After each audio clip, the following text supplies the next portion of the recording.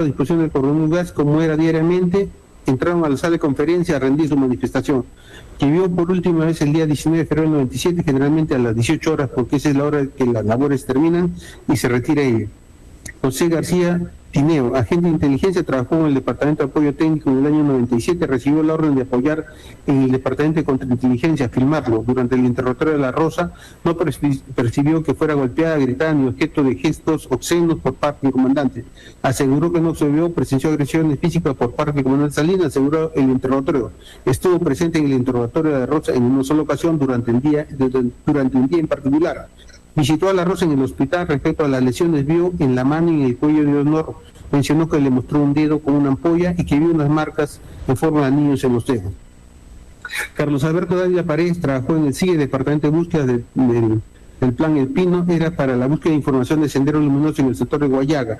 La Rosa se interesó por el Plan El Pino cuando fue a elaborarse la carátula al dibujante. Ingeniero condujo a La Rosa desde el Departamento de Contrainteligencia a las oficinas de Inspectoría General del Ejército diariamente, y lo hacía resguardado por un oficial de servicio.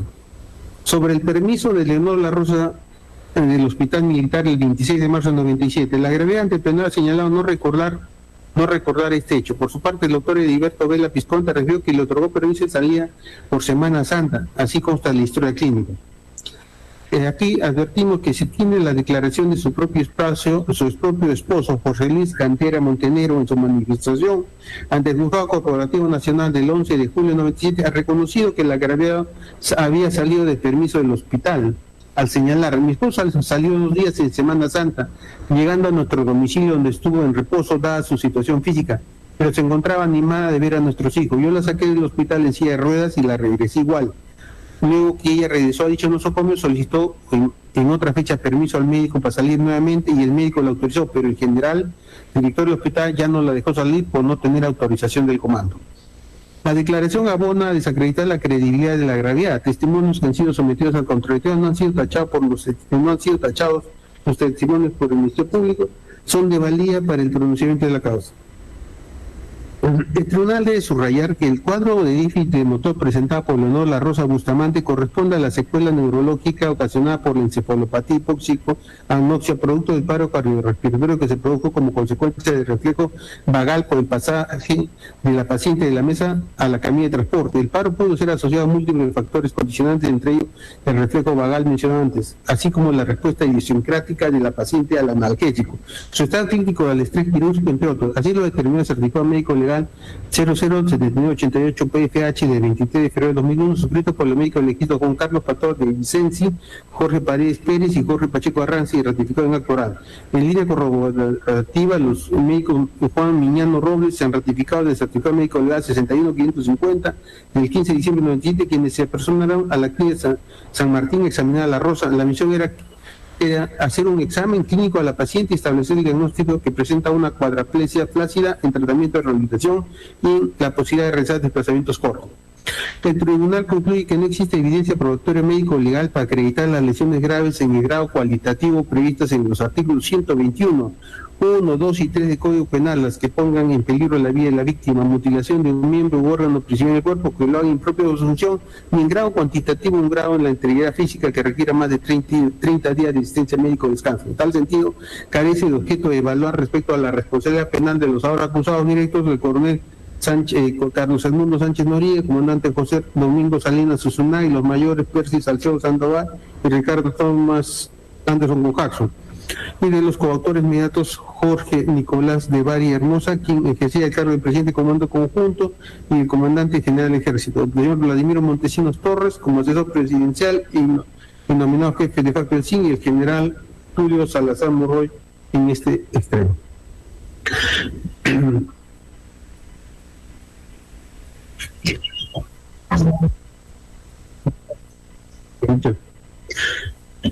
Bien, el siguiente es el atentado contra la libertad sexual de la gravedad de La Rosa. La acusación, como la tesis fiscal contenía su acusación requisitoria sobre la agresión sexual a la señora La Rosa, se criteria con los siguientes elementos de prueba: la historia clínica, ¿no?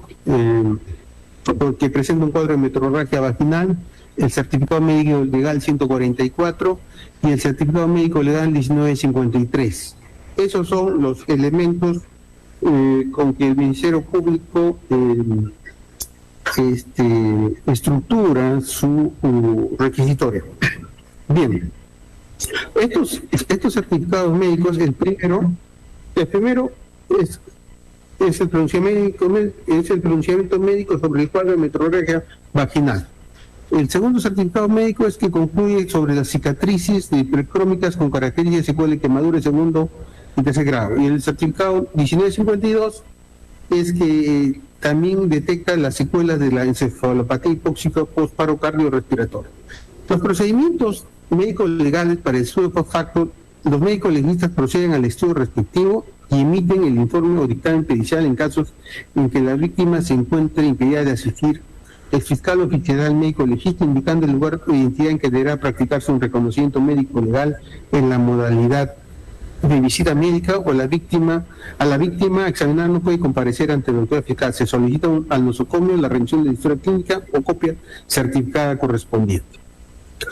A efecto sobre el extremo de la libertad sexual, debemos decir que al efecto la prueba conducente para acreditar el delito contra la libertad sexual es el reconocimiento médico legal de integridad sexual.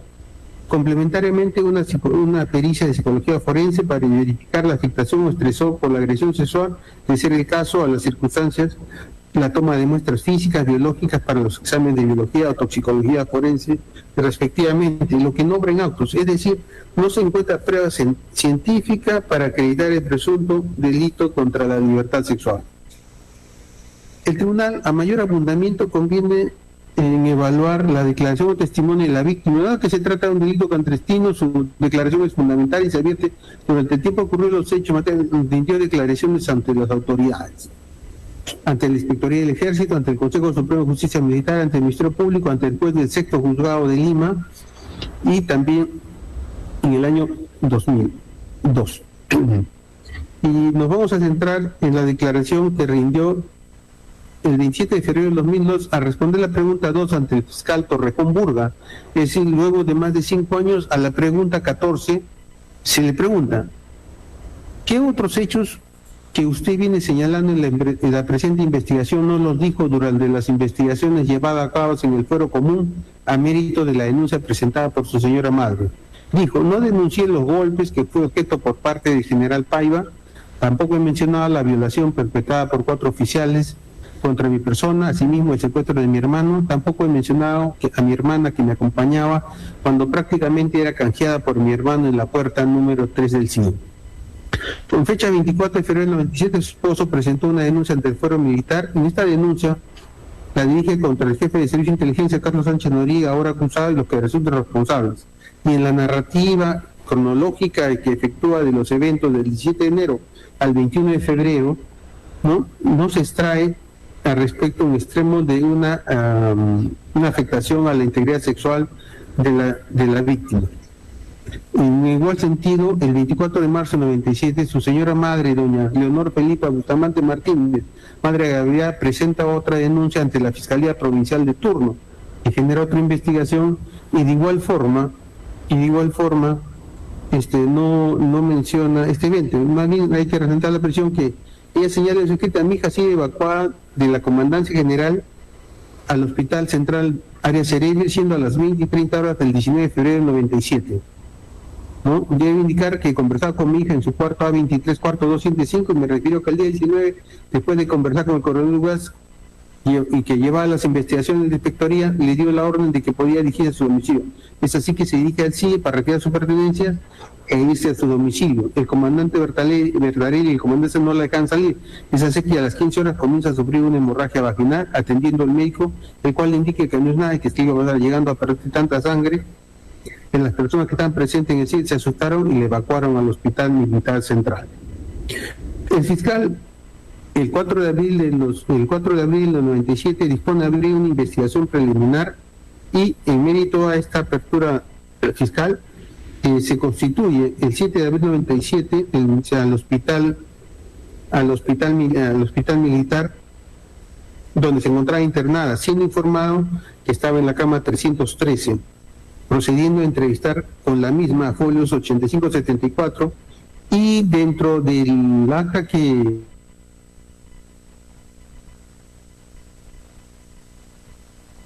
que es la primera apreciación que hace el señor fiscal, no se le alcanza la información respecto a que se había agredido su integridad sexual. De igual forma, el 9 de abril se lleva a cabo también una visita por el señor fiscal, también se deja evidencia y estas diligencias son las primeras en evaluar el grado de excepcionalidad porque es la primera intervención de las autoridades civiles en el caso y otorga mayor grado de fiabilidad de los hechos. Materia de juzgamiento y la gravedad no menciona a la autoridad fiscal ni a los médicos legistas la agresión sexual de la que había sido objeto la gravedad. También tenemos el acta de constatación y verificación que recibe Leonor La Rosa Bustamante el 8 de abril. La gravedad refirió que había sido objeto de maltratos, torturas por el servicio de inteligencia como consecuencia de haber sido sometida a intenso interrogatorio. No menciona un acto contra su integridad y esta constatación se hizo en presencia del defensor del pueblo y los congresistas Díaz Canseco, Henry Cruz García y Graciela Fernández Vaca, autoridades con quien pudo también informar los hechos en su agravio. Asimismo, en el acta de solución amistosa ante la Corte Interamericana de Derechos Humanos, en el caso de La Rosa Bustamante, no se menciona en su contenido aspectos de agresión a su libertad sexual. En la cláusula primera, respecto al caso de La Rosa, no sobre la detención del 16 de enero de 97, se hace referencia que le interrogaron con torturas para lograr su autoinculpación, aplicaron golpes de corriente eléctrica, quemaduras en las manos, piernas y brazos. A consecuencia de ello, sufrió una lesión en la médula espinal. Ese es el fundamento. De igual forma, cuando fue trasladado al hospital militar, al hospital particular, tampoco mencionó. La agraviada en el plenario refirió que no contó a nadie de los hechos contra su libertad sexual porque amaba a su esposo. Por esa razón, y no quería causarse dolor. Incluso el psiquiatra Ponce Malabre explicó que las razones para el reparo, para esconder el hecho de ser violada, son por vergüenza, por temor o por conveniencia.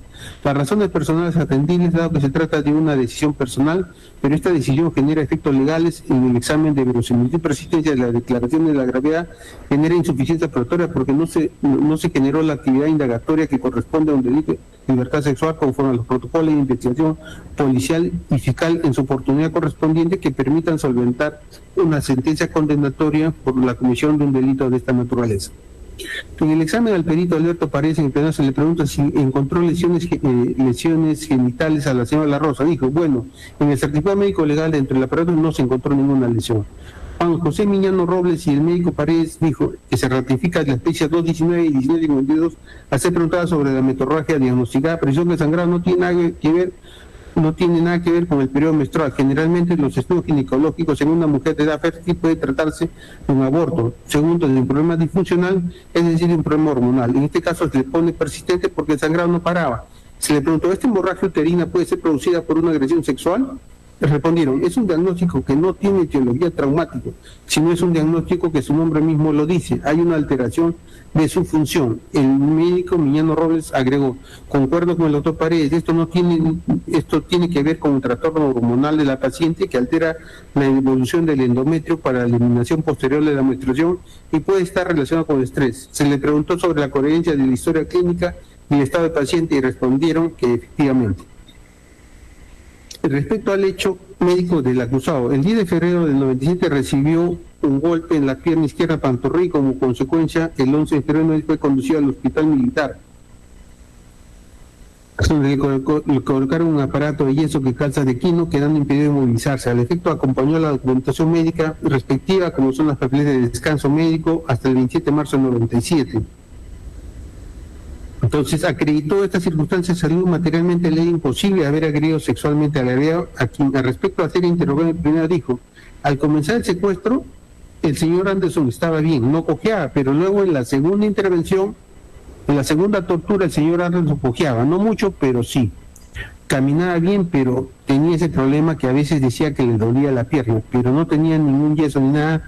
Si estaba enyesado, ¿cómo pudo violarlo? Corroboran su estado de salud el acusado Anderson Cocazo, los testigos de serio Augusto Vega Graos, médico internista, que en el veterinario dijo que se había enterado de su accidente y que fue a verlo al hospital, para ver que tenía un yeso grande con todo el miembro inferior izquierdo desde el muslo hasta el pie. Igual sentida el testigo Miguel Burgos Moncada, jefe administrativo del CIE, y el testigo Ricardo Vidarte Castro, quien laboró en el Servicio de Inteligencia del Ejército. En tal orden de ideas se concluye que la significación de la grave carece de características de verosimilitud y persistencia, y no hay datos corroborativos como es una prueba conducente y científica e idónea para acreditar el delito de violación contra la libertad sexual, dicho en el artículo 170 del Código Penal contra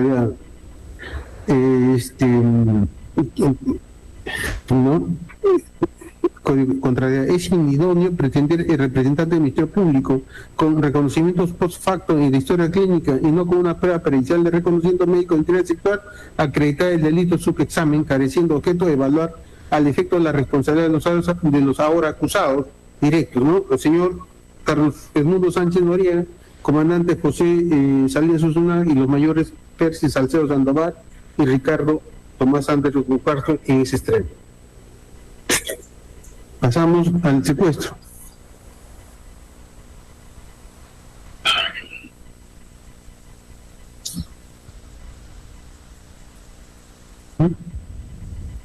Muy bien. Eso sobre el tema del secuestro. Bien, el Ministerio Público ha hecho la concreción de cargos, ¿no? Y también se ha desarrollado la concreción de descargos por parte de los señores acusados, la información probatoria de cargo y descargo, luego una apreciación individual y luego la apreciación integral de la prueba aportada. El tribunal considera que está fuera de toda discusión y es un hecho aceptado por las partes respecto a la privación de libertad del 16 al 19 de enero del 97. Está probado que el coronel Sánchez Noriega, jefe del CIE, mediante memorándum 2101, dispuso el arresto preventivo de la agente de la Rosa Bustamante en dicho documento. Se advierte que no se precisa la temporalidad de la medida restrictiva de libertad y que ordenó al comandante CIE-2, comandante Salinas Osuna, quien a su vez dispuso al mayor Salcedo Sandoval que ejecute la orden, quien a su vez requirió el apoyo de la suboficial Madeline Campos Guamán y la conducen a la agregada a la sala de interrogatorio del CIE, donde fue interrogada por el comandante Salinas Osuna, evidenciando en los interrogatorios los videos que han sido visualizados en la sesión 206 del 11 de mayo de 2023 y concluida la investigación dio la orden de castigo de rigor y que permaneció hasta el día 19 de enero de 1997. Está también fuera de toda discusión respecto a la privación de libertad que continuó los días del 11 al 19 de febrero del año 97 en medio del oficio 174-97 IG del 11 de febrero del 97, que permaneció hasta el 19 de febrero, en el que fue trasladado al Hospital Militar Central Luis Ares Cereiros. La defensa plantea como hipótesis que el arresto preventivo tiene amparo constitucional en el artículo 2, inciso B y el artículo 168 de la Constitución, así como el Reglamento General del Servicio de Guarnición, artículo 300, que señala que el ejercicio de derecho a castigar, y que el párrafo señala que cuando los hechos sancionados no han sido debidamente esclarecidos o que han quedado dudas sobre la evidencia, magnitud o grave culpabilidad de la autoridad autorizada, el jefe de servicio ordena la ejecución de un procedimiento destinado a deslindar responsabilizado. Y el inciso B dice que puede disponer del arresto preventivo, el que se computa con el castigo impuesto. El Ministerio Público en su requisitorio ha tipificado los hechos en el artículo 152, inciso 1 del Código Penal, no en la agravante de 1, el que abusa, corrompe o trata con crueldad. Y al efecto se ha recurrido al desarrollo jurisprudencial que se efectuó en el expediente AB 19-2001 por el delito de secuestro, ¿no? Sobre el delito de secuestro.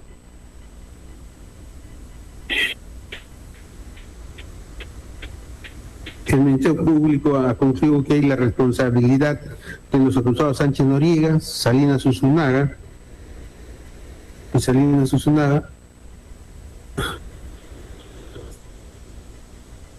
pero los planteamientos de la defensa sobre la legalidad de los arrestos son rechazados por el tribunal por las siguientes consideraciones. El reglamento de servicio del interior del 34-5 del Ministerio de Defensa de fecha 18 de enero de 93, servicio de interior en su artículo 300 prevé el arresto preventivo dentro el arresto preventivo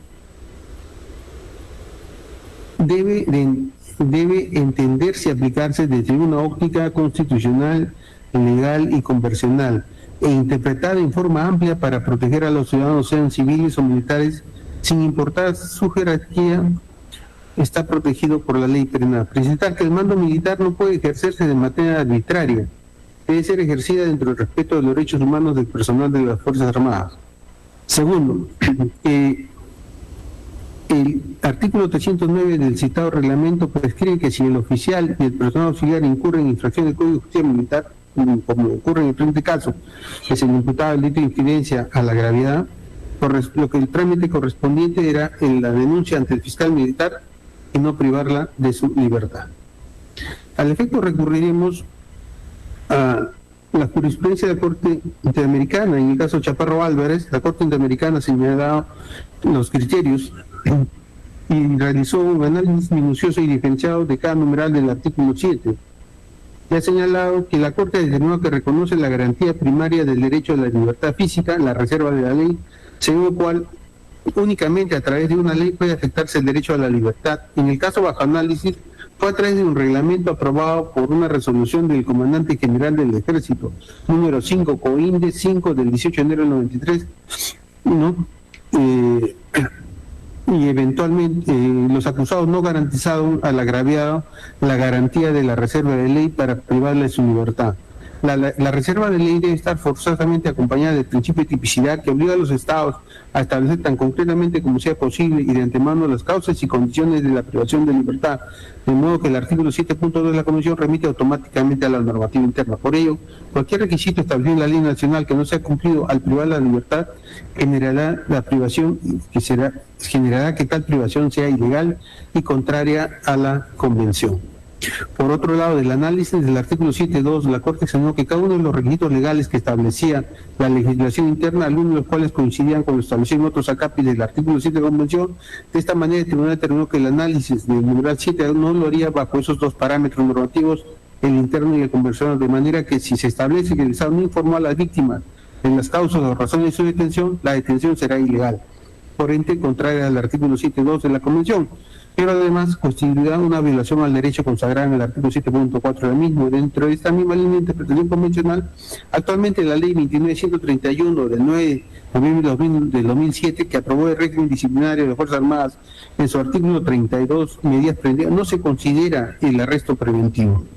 Cuarto, se advierte de documentación tanto en el orden de arresto preventivo como en la papeleta de castigo, carece de firma de la gravedad ni constancia de recibido o la negativa de firmar la recepción, lo que es corroborado por la gravedad, quien refirió que sobre el inicio de la investigación dijo, jamás se me indicó algo parecido.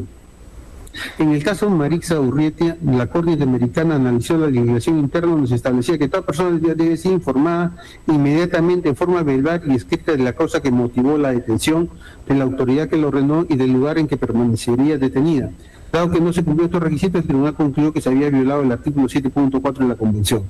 Otro dato adicional es que durante la permanencia en las instalaciones del CIE contra inteligencia, como parte de una acción que fue internada en el calabozo del CIE, lugar impropio para servir de reclusión preventiva de una agente sospechosa, lo que ha sido corroborado con la manifestación de la gravedad, quien describe en detalle las características de la celda donde estuvo recluida, el testigo Juan Yanqui Cervantes, quien fuera director de inteligencia en el plenario, el director de inteligencia del ejército en el plenario, indicó que ordenó que la Inspectoría de Inter desarrollara la investigación.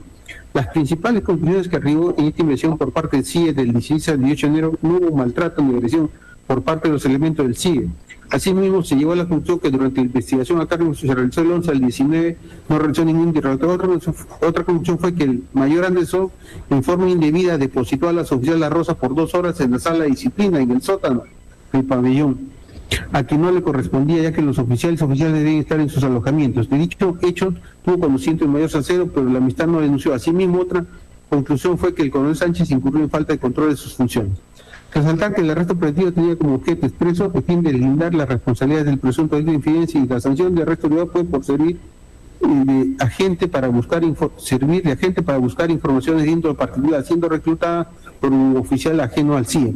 Prestarse para reclutar a un agente del CIE para buscar información particular difiere de lo originalmente investigado. En el mes de febrero de 2017 se ordenó el segundo arresto preventivo nuevamente por el inspector general que se dirige en el oficio 174-97. Se advierte que tampoco Se advierte que tampoco fue válidamente notificada la gravedad. Entonces, en medio de una investigación inspectoría sin incidencia, en la que se encuentra implicada la gravedad, precisando que cumplía dicha medida de seguridad en las instalaciones del CIE en el término que dure la investigación, se advierte que tampoco se fija una temporalidad en esta medida, la que devendría innecesaria y arbitraria. Octavo, igualmente en el caso Chaparro Alves se concretó la jurisprudencia de la Corte en cuanto al análisis a realizar en la determinación de la arbitrariedad de una detención. Se estipuló la necesidad de realizar un examen de varios aspectos de la detención, cuáles son la compatibilidad con la Convención, es decir, la idoneidad de la medida, su necesidad y proporcionalidad. Por parte de la sentencia 2050-2002, a que hace referencia a la defensa en el caso Carlos Gómez Colque, en el fundamento 4, preceptúa que el artículo 178 preceptúa que las leyes y los reglamentos respectivos determinan la organización, funciones, las especialidades de la preparación y empleo y las normas que disciplinan a las Fuerzas Armadas y Policía Nacional. Mediante dicha disposición, la Constitución estableció una reserva de ley para la regulación de todo lo que concierne a organización, funciones, especialidades, preparación, empleo y disciplina de las Fuerzas Armadas y la Policía Nacional. En tal orden de ideas, el Tribunal evidencia en la privación de la libertad que se ha pretendido una regularización ex post de la privación de libertad, dotándola de cobertura legal para lograr impunidad. Así las cosas, la gravedad, Leonor La Rosa fue privada de su libertad, no se le explicó el fundamento material razonable, los motivos de su detención, y luego, al margen de todo procedimiento regular, fue conducida a los sótanos del CID a ser interrogada, atribuyendo de cargos de infidencia que nunca fueron probados, recluida temporalmente en una celda del sótano, confirmándose un trato cruel a la agraviada, que puede darse tanto en el momento de la privación de libertad de la víctima o mientras se le mantiene secuestrada, entendido como la crueldad es una circunstancia física, psíquica o moral que debe ser apreciada normativamente, cuya referencia es siempre el comportamiento de la gente en sus aspectos subjetivos y subjetivos, adición a otros males propiamente innecesarios a la víctima, fuera de los propios. El secuestro es la pura restricción de la libertad. La asunción de la gente de la innecesariedad de la acción, el carácter deliberado del exceso de ocasionar padecimientos innecesarios a la víctima.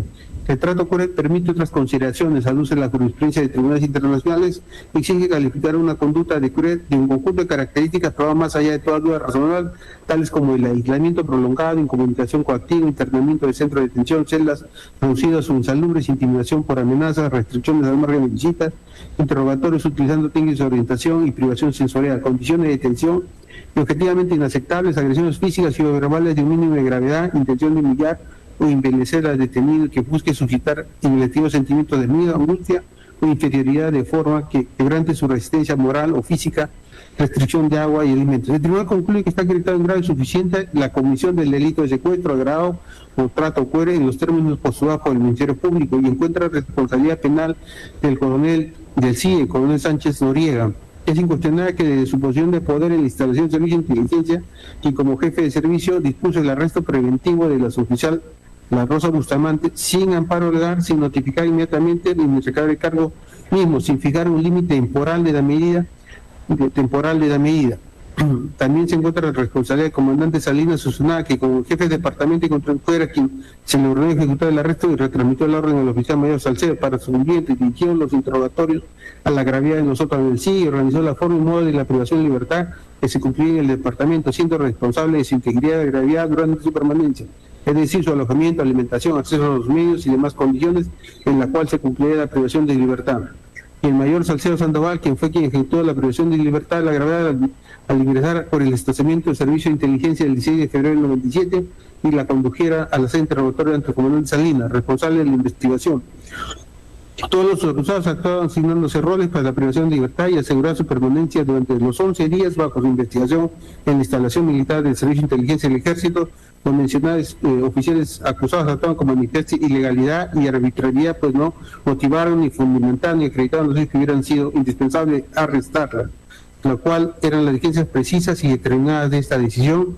En dichas temporalidades solo llevaron interrogatorios reiterados y prolongados e innecesarios, que solo evidenciaron que pretendían disminuirla como persona para que acepten los cargos atribuidos.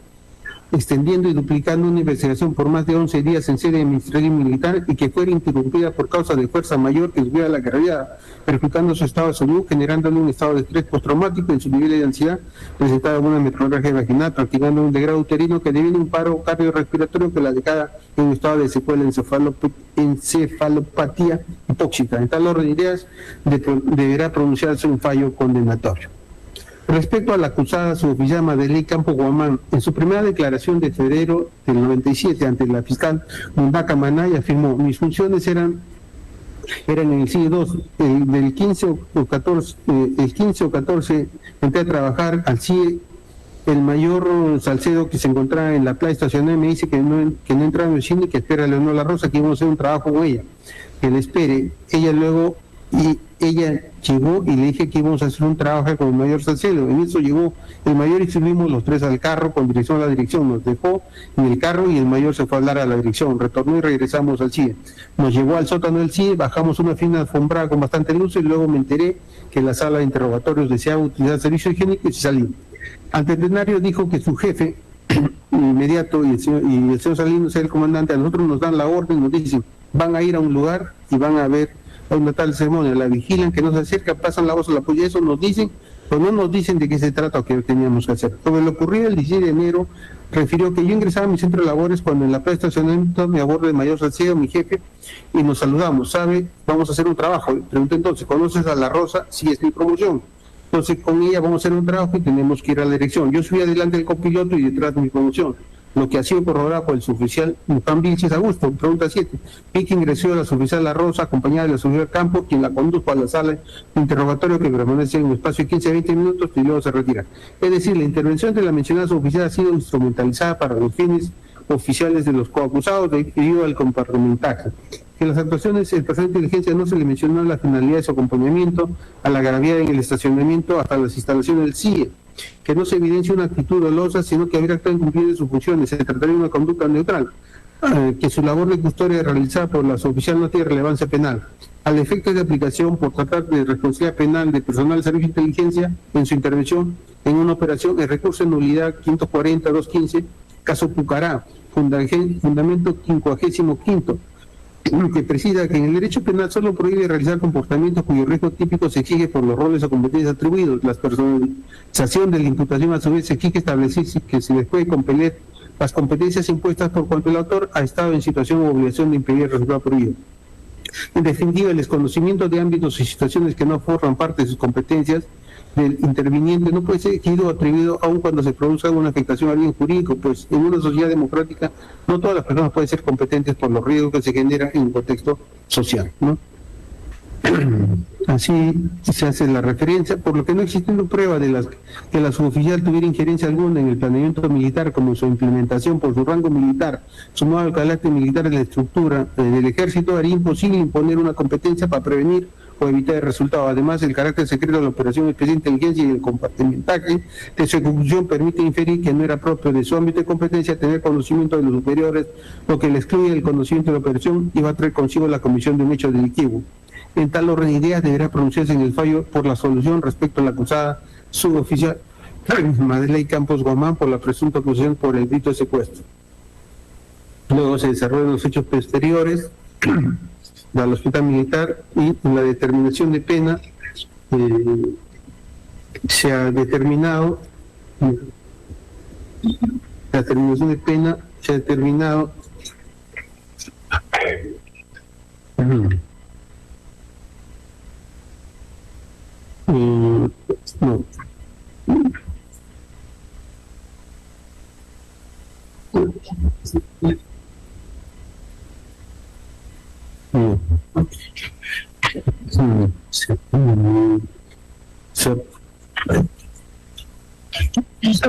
Se ha procedido a la determinación de pena, a la reparación civil, y antes del pronunciamiento se ha resuelto dos incidencias que está planteado: la exención de prescripción y un pedido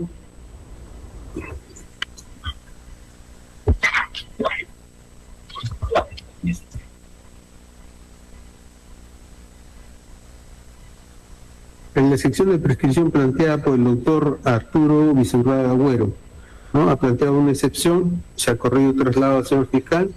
El tribunal es la consideración que no es de recibo los argumentos desarrollados por el defensor público en base a lo siguiente. La acusación fiscal, el representante del Ministerio Público postula en el numeral 5 denominado por experiencia de la Corte Interamericana de Derechos Humanos,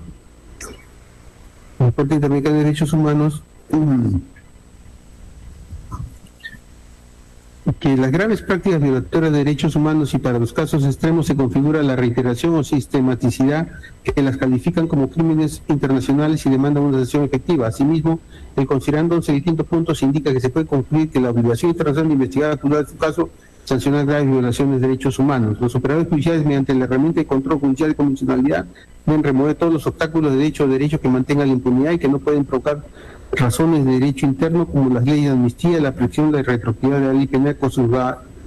Respecto a la calificación de los imputados, están calificados como graves violaciones a los derechos humanos y en tal consideración son imprescriptibles y así se va a pronunciar. Y sobre el pedido de defensa a cargo del doctor Nakazaki,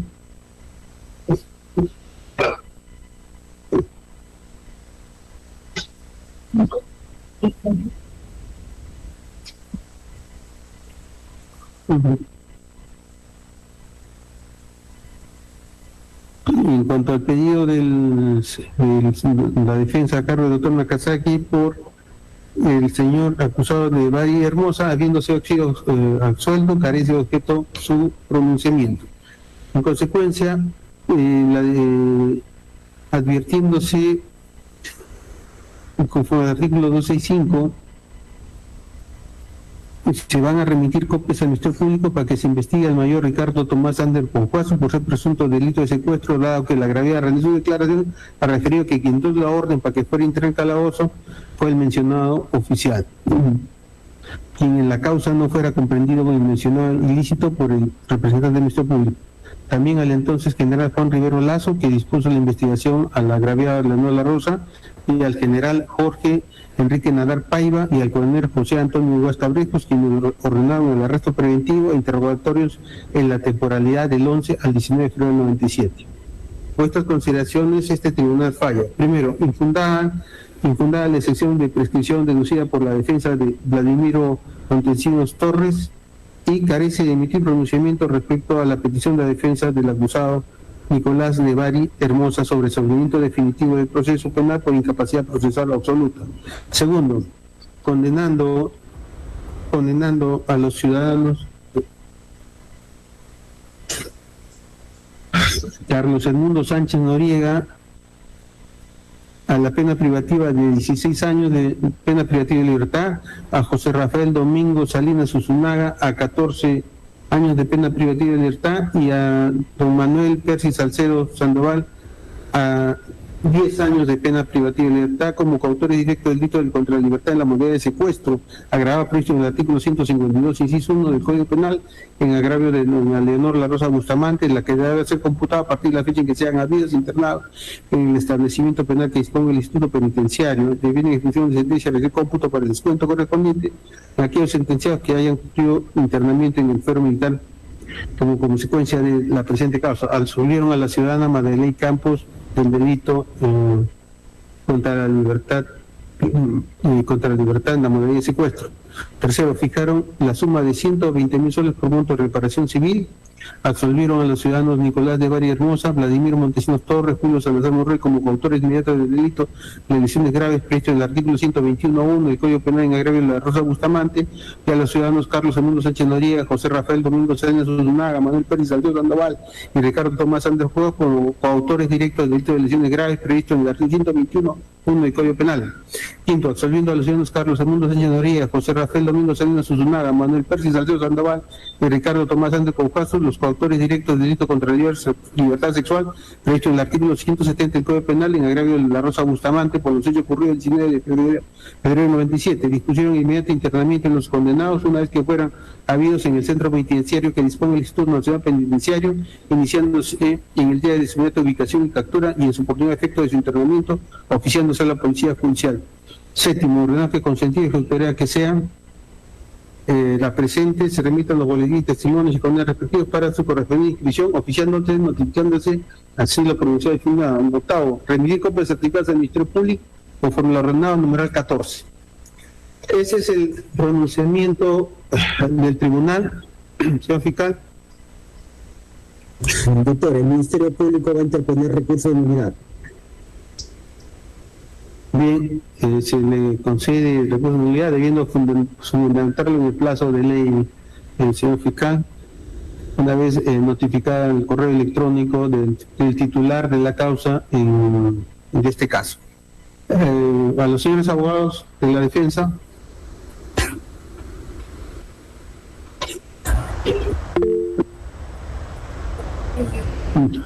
Sí, doctor. Señor director de debate, buenas tardes con todos. La defensa de Sánchez Noriega interpone recurso de nulidad. Bien, se le concede recurso de nulidad debiendo fundamentarlo en el plazo de ley de un abogado. Siguiente. El abogado del señor Salinas Funaga, el doctor Militar. Sí, señor magistrado, interponemos recurso de nulidad. Bueno, de igual forma se concede recurso de nulidad debiendo fundamentarlo en el plazo correspondiente.